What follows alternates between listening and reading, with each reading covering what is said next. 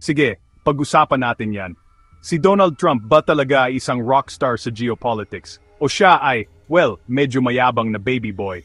Ito ay isa sa mga debate na nagpapainit ng mga comment section, kaya't suriin natin kung bakit niya nakukuha ang mga polarized na label na ito. Una sa lahat, ang patakarang panlabas ni Trump ay malayo sa pagiging boring. Inalis niya ang US sa mga internasyonal na kasunduan tulad ng Paris Climate Accord at ang Iran nuclear deal, at sikat siyang nakipagkita kay Kim Jong-un ng North Korea. Tinatawag itong matapang ng mga taga-suporta, sinasabing ginulo niya ang mga lumang sistema at pinilit ang mga bansa na seryosohin ang Amerika.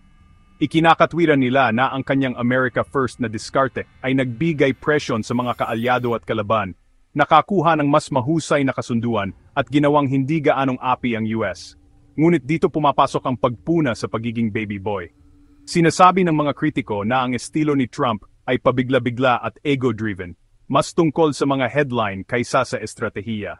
Itinuturo nila ang mga Twitter wars na iyon sa mga pinuno ng mundo, bigla ang pagbabago sa patakaran, at ang pakiramdam na minsan, siya ay nag-i-improvise lang kaysa sumusunod sa isang plano. Para sa marami, ang kanyang personal na sama ng loob, at hindi mahuhulaan ng mga galaw, ay nagparamdam na hindi gaanong maasahan ang Amerika sa entablado ng mundo. Kaya, rockstar o pabaya? Sa totoo lang, depende ito sa kung paano mo sinusukat ang tagumpay. Kung pinahalagahan mo ang paggulo sa mga bagay-bagay at paggawa ng matapang na hakbang, tiyak na namumukod tangi si Trump. Kung mas gusto mo ang maingat, matatag na pamumuno at pangmatagalang alyansa, maari mo siyang tingnan bilang nakakagulo sa lahat ng maling dahilan. Sa huli, ang pamana ni Trump sa geopolitics ay komplikado, tulad ng mismong tao. Siya ay maaring iyong bayani o iyong sakit ng ulo at marahil, kaunti ng pareho. Ano sa tingin mo, rockstar, baby boy, o isang bagay sa pagitan? I-drop ang iyong mga saloobin sa mga komento. Gusto kong marinig mula sa iyo.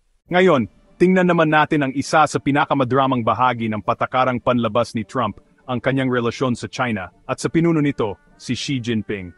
Kung matapang ang pangkalahatang geopolitika ni Trump, ang kanyang diskarte sa China ay talagang mapanlaban, at binago nito ang takbo ng relasyon ng US at China sa mga darating na taon. Mula sa simula, ginawa ni Trump ang China na pangunahing focus. Sa kanyang kampanya, tinuligsan niya ang China dahil sa tinawag niyang hindi patas na gawi sa kalakalan, pagmamanipula ng pera, at pagnanakaw ng intellectual property. Nang maupo sa puwesto, hindi nag-aksaya ng panahon si Trump sa pagpapalala ng sitwasyon. Naglunsad siya ng malawakang digmaang pangkalakalan, pinatawan ng taripa ang China sa daan-daang bilyong dolyar na halaga ng mga produkto. Bilang tugon, gumanti ang China sa ilalim ni Xi Jinping ng sarili nilang taripa na nagdulot ng isang tit-for-tat na paghaharap sa ekonomiya na nagpakalat ng pagkabigla sa pandaigdigang pamilihan. Ngunit hindi lang ito tungkol sa ekonomiya. Madalas na inilalarawan ng pananalita ni Trump ang China bilang pinakamalaking karibal ng Amerika. Hayagan niyang sinisi ang China sa pagkalat ng COVID-19, minsan ay gumagamit ng matatalim na salita na naging balita sa buong mundo. Samantala, nagpataw ang kanyang administrasyon ng mga parusa sa mga higanteng tech ng China, tulad ng Huawei at TikTok. Binabanggit ang mga alalahanin sa pambansang seguridad, at pinalakas ang suporta para sa Taiwan, isang hakbang na nakita ng Beijing bilang direktang hamon. Ang personal na ugnayan ni Trump at Xi Jinping ay kasing komplikado. Sa simula, tinawag ni Trump si Xi na kanyang kaibigan, ngunit habang lumalaki ang tensyon, lumamig ang relasyon. Ang mga pagpupulong na dating mukhang magiliw sa camera ay naging malamig sa likod ng mga eksena, na parehong pinuno ay matatag sa kanilang mga posisyon. Sa pagtatapos ng pagkapangulo ni Trump, ang relasyon ng US at China ay mas naging mahirap kaysa sa mga nakaraang dekada. Kung nakikita mo man ito bilang isang matalinong pagtulak laban sa isang lumalaking kalaban o isang mapanganib na paglala, isang bagay ang malinaw. Ang mga paghaharap ni Trump kay Xi Jinping ang naglatag ng pundasyon para sa isang bagong panahon sa pandaigdigang politika. Ngayon naman, dumako tayo sa isa pang mainit na issue na nagpapakita ng patakarang panlabas ni Trump, ang Iran. Mula pa lang sa simula, nilinaw na ni Trump na mas magiging mahigpit siya kaysa sa mga nauna sa kanya. Maaga pa lang sa kanyang termino, tinawag niya ang kasunduan sa nuclear ng Iran, na opisyal na kilala bilang Joint Comprehensive Plan of Action, bilang pinakamasamang kasunduan kailanman. Pagsapit ng 2018, tuluyan niyang inalis ang US sa kasunduan na nagbigay daan sa matinding pagtaas ng tensyon. Ang estratehiya ni Trump ay maximum pressure. Nagpakawala ang kanyang administrasyon ng sunod-sunod na matinding parusa na target ang mga produktong petrolyo ng Iran, sektor ng pagbabangko, at mga matataas na opisyal. Ang mga hakbang na ito ay idinisenyo upang pahirapan ang ekonomiya ng Iran at pilitin ang mga pinuno nito na bumalik sa negosasyon. Ngunit nagdulot din ito ng hirap sa mga ordinaryong Iranian at nagpataas ng tensyon sa rehiyon. Sa publiko, ang pananalita ni Trump laban sa Iran ay walang kompromiso.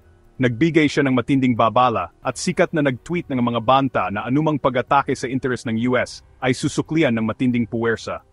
Ang matinding pananalitang ito ay nagtapos noong Enero 2020 nang mapatay ng drone strike ng US ang Iranian general na si Qasem Soleimani. Isang dramatikong hakbang na ikinagulat ng mundo at nagdala sa dalawang bansa sa bingit ng bukas na labanan. Gumanti ang Iran sa pamamagitan ng missile strike sa mga base ng US sa Iraq, ngunit sa huli ay umatras ang magkabilang panig. Sa buong kanyang pagkapangulo, maingat na balanse ang ginawa ni Trump sa pagitan ng mga banta at diplomasya. Iginigiit na gusto niyang makipagnegosasyon para sa isang mas magandang kasunduan sa Iran, ngunit hindi kailanman umatras sa komprontasyon. Sa pagtatapos ng kanyang termino, ang relasyon ng US at Iran ay nasa pinakamataas na tensyon sa loob ng maraming taon na tinukoy ng kawalan ng tiwala, mga parusa, at ang patuloy na panganib ng pagtaas ng tensyon. Nag-iwan ang diskarte ni Trump ng isang legacy ng malalim na kawalan ng katiyakan at naghanda ng entablado para sa mga susunod na pinuno upang harapin ang isang relasyon na puno ng panganib at pagkakataon. Ngayon, pag-usapan naman natin ang isa sa pinakamainit at pinakabinantayang bahagi ng patakarang panlabas ni Trump, ang kanyang relasyon kay Russian President Vladimir Putin at sa mas malawak na estado ng Russia. Mula sa kampanya hanggang sa Oval Office, ang diskarte ni Trump sa Russia ay minarkahan ng pinaghalong matinding pananalit na kakalitong papuri at isang serye ng matataas na engkwentro na nagpaiwan sa mundo na nagtataka. Sa buong panunungkulan niya bilang presidente, madalas na humahanga si Trump kay Putin, tinawag siyang malakas na pinuno at nagpahayag ng pag-asa para sa mas magandang relasyon sa pagitan ng Washington at Moscow.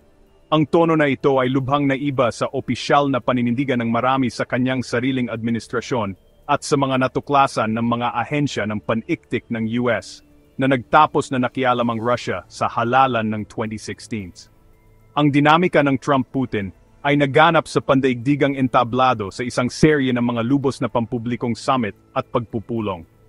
Ang pinakakapansin-pansin ay ang Helsinki Summit noong 2018, kung saan tila pinanigan ni Trump si Putin laban sa sarili niyang komunidad ng paniktik tungkol sa panghihimasok sa eleksyon, na nagdulot ng galit sa loob ng bansa at kawalan ng katiyakan sa ibang bansa. Ngunit ang retorika ay bahagi lamang ng kuwento. Ang administrasyon ni Trump ay minsan gumawa ng mga hakbang laban sa Russia, nagpataw ng mga parusa bilang tugon sa panghihimasok sa eleksyon, nagpatalsik ng mga diplomat matapos ang pagkalason ng isang dating espiya ng Russia sa UK, at nag-apruba ng nakamamatay na tulong sa Ukraine. Gayunpaman, iginiit ng mga kritiko na ang mga hakbang na ito ay madalas na natatabunan ng mga pampublikong pahayag ni Trump na patuloy na minamaliit ang pagkakamali ng Russia at kinuwestiyon ang halaga ng NATO, ang alyansa na nilikha upang pigilan ang impluwensya ng Soviet, ngayon ay Ruso. Ang relasyon ng Trump-Russia ay naging paksa ng matinding investigasyon na nagtapos sa Mueller Report na hindi direktang nag-akusa ng kriminal na sabwatan, ngunit nagdetalye ng malawak na ugnayan sa pagitan ng grupo ni Trump at mga operatiba ng Russia. Ang resulta ay isang kapaligiran ng hinala at kontrobersya na nangibabaw sa mga headline at nagiwan sa mga kaalyado at kalaban ng Amerika na nagtataka kung saan talaga nakatayo ang US.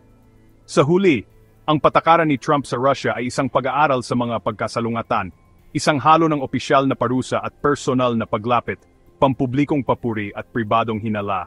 Ang pamana, isang relasyon na nilabuan ng kalabuan, nagtatanong na magpapatuloy sa mga susunod na administrasyon at patuloy na huhubog sa relasyon ng US-Russia sa mga darating na taon. Kung nagustuhan mo ang video na ito, huwag kalimutang mag-like, mag-subscribe at pindutin ang bell para sa higit pang updates.